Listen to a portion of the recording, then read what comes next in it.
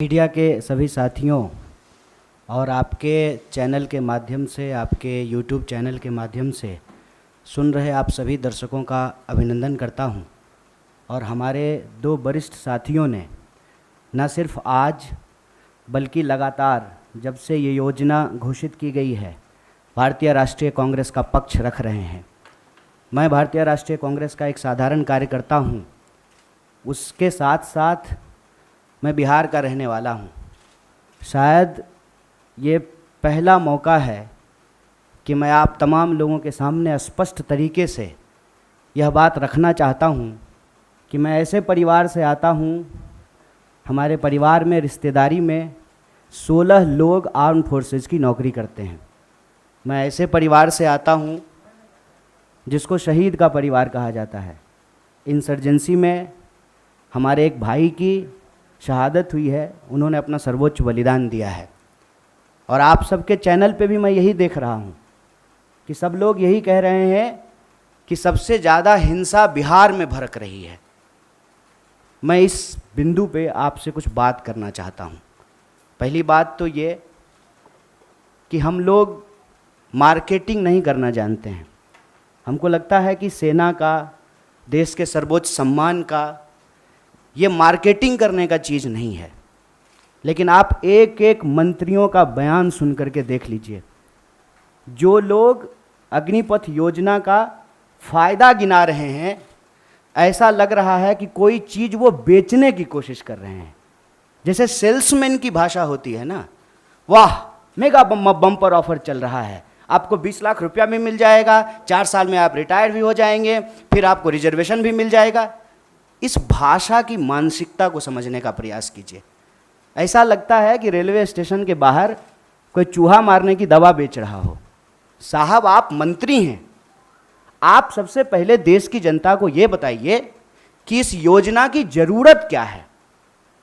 हर साल जब 50,000 से ज़्यादा भर्तियां और नियमित भर्तियां, जिसमें टीए भी है, डीए भी है, पेंशन भी है, सेंट्रल स्कूल में एडमिशन का भी प्रावधान है, रेलवे का भी टिकट मिलेगा, हवाई जहाज का भी टिकट मिलेगा, और अगर सर्वोच्च बलिदान आप देते हैं, आपको शहादत होती है, तो आपके परिवार का भी ख्याल रखा जाएगा।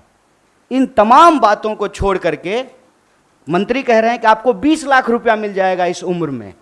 ये वही भाषा नहीं है कि प्रधानमंत्री जी बोले थे कि काला धन वापस आ जाएगा तो आपके खाते में 15 लाख रुपया मिल जाएगा। मिल गया क्या 15 लाख रुपया? जिस खाते में 15 लाख रुपया मिलने वाला था ना, उसी खाते में 20 लाख रुपया भी मिलेगा। इस मानसिकता को समझने की ज़रूरत है, और इसीलिए हम लोग इस योजना की ज़रूरत पे सवाल उठा रहे हैं। जब देश में एक नियमित भर्ती प्रक्रिया है, 2014 में देश बना है, उससे पहले क्या आर्मी में लोग बहाल नहीं होते थे? क्या हमारे पास जो एक प्रक्रिया नहीं थी, उस प्रक्रिया को ख़त्म करने का कारण क्या है? तब सरकार के कुछ दावे बताए जा रहे हैं।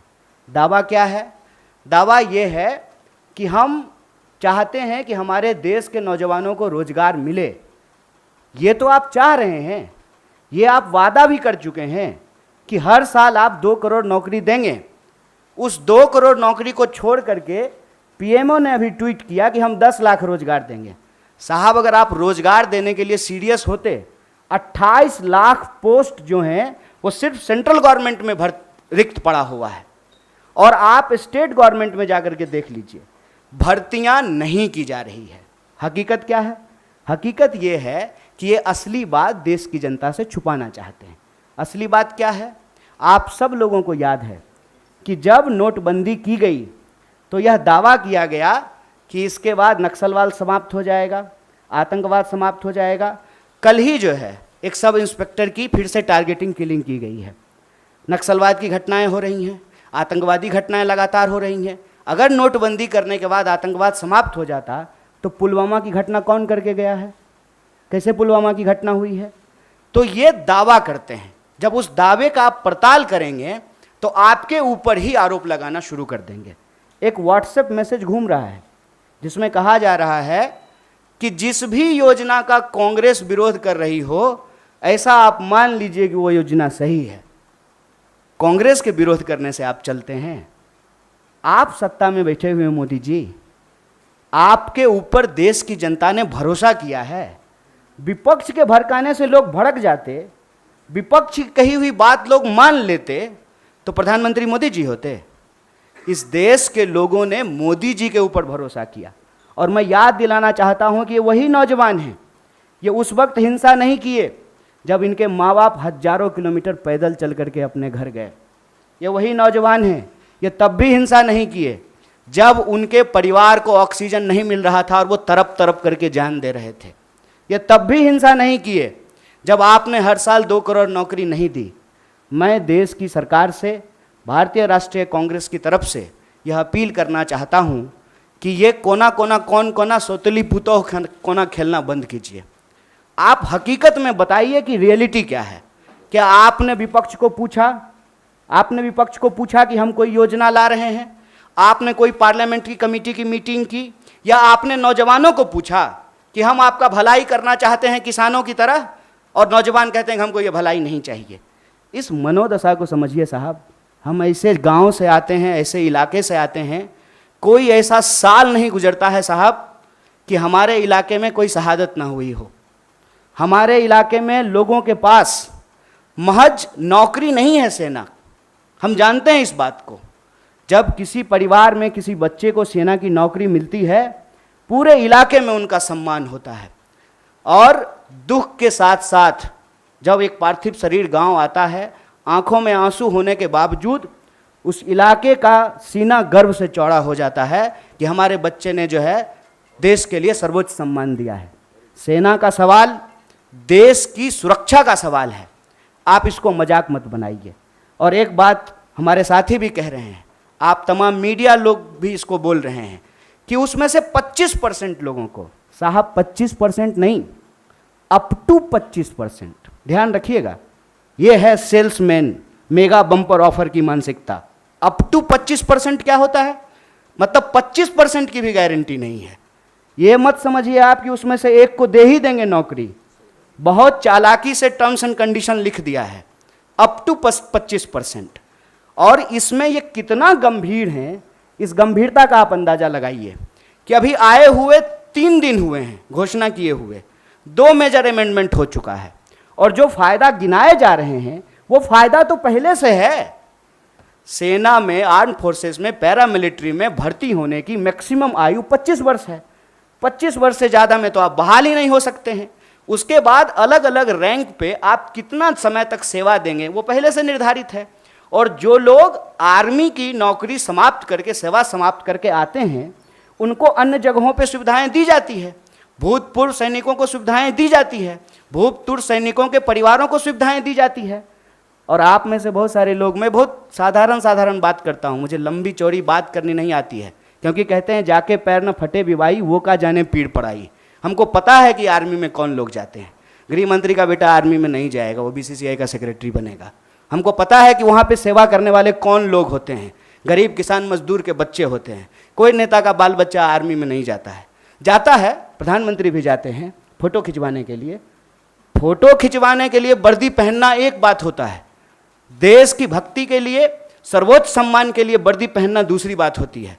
दीपावली में जाकर के मिठाई बांट देंगे, उसके बाद आकर के अग्निपथ योजना ला करके देश की जवानों का दिवाला निकाल देंगे। अग्निपथ योजना इस देश के नौजवानों को अग्नि में झोंकने की योजना है। इस योजना को सरकार को तुरंत वापस लेना चाहिए। और ये जो लॉलीपॉप वाली भाषा है ना, इस लॉलीपॉप की भाषाओं को बंद करना चाहिए। और जहाँ तक बिहार में हिंसा का सवाल है, सीधा सा एक कारण समझ लीजिए, ये नौजवान ना किसी के द्वारा लाए गए हैं, ना किसी के द्वारा बुलाए गए हैं। आप तमाम प्रबुद्ध पत्रकार यहाँ बैठे हुए हैं, कोई ऑर्गेनाइज्ड आंदोलन होता है, उसका स्वरूप अलग होता है। हम लोग 3 दिन से नहीं डिटेन हो रहे हैं यहाँ पे, हमारा ऑफिस छावनी नहीं बना हुआ है। हम लोग आते हैं, पुलिस पकड़ करके हमको ले जाती है, कोई हिंसा नहीं होती है, कुछ भी नहीं होता है। उसमें हिंसा क्यों हुआ है? क्योंकि वहाँ नौजवानों का सब्र जो है पानी सर से ऊपर चला गया है। और एक बात और जान लीजिए, जो हमारा बेरोजगारी दर है देश का, बिहार का बेरोजगारी दर डबल है साहब। जहां के मजदूर, बिहार का मजदूर जाता है ना हरियाणा और पंजाब में धान काटने के लिए, बिहार के ही लोग आते हैं ना दिल्ली में काम करने के लिए, बिहार के ही लोग जाते हैं ना महाराष्ट्र में काम करने के लिए। जहाँ एम्प्लॉयमेंट नहीं है वहाँ के लोग ऑलरेडी विस्थापित होते हैं। ये जो बच्चे हैं ये उस उम्मीद में अपने गांव में रह रहे हैं, दौड़ रहे हैं जाड़ा गर्मी बरसात, सड़कों पे मैदानों में रेत पे, कि इनको किसी दिन सेना में सेवा देने का मौका मिलेगा।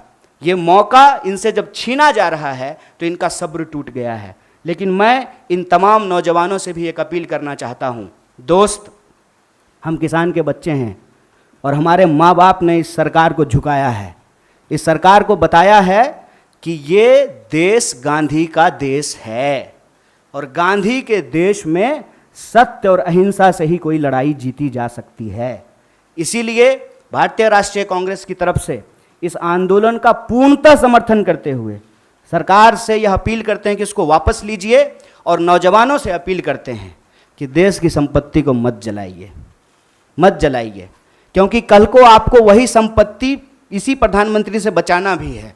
क्योंकि देश की संपत्ति जो दोस्त को बेचने वाले हैं, ये हमारे आपके टैक्स के पैसे की संपत्ति है, इसकी रक्षा कीजिए, सत्य और अहिंसा के रास्ते पे चलिए। और किसानों ने 700 लोगों की शहादत देने के बाद 1 साल से ज़्यादा आंदोलन चलाया, शांतिपूर्ण तरीके से चलाया, तमाम तरह के आरोप लगाए गए, जैसे आज आपके आंदोलन को कहते हैं उपद्रवी, तोड़ फोड़ करने वाले, हिंसा करने वाले। ये कहाँ से आ गए, कैसे आ गए, कौन है इसके लिए जिम्मेवार? और विपक्ष के माथे पर मत खेलिए। विपक्ष की बात जनता अगर सुन रही होती तो आप देश के प्रधानमंत्री नहीं होते। इसलिए प्रधानमंत्री होने के चलते मैं आपसे अपील करता हूं कि इस योजना को आप वापस लीजिए। बहुत बहुत धन्यवाद।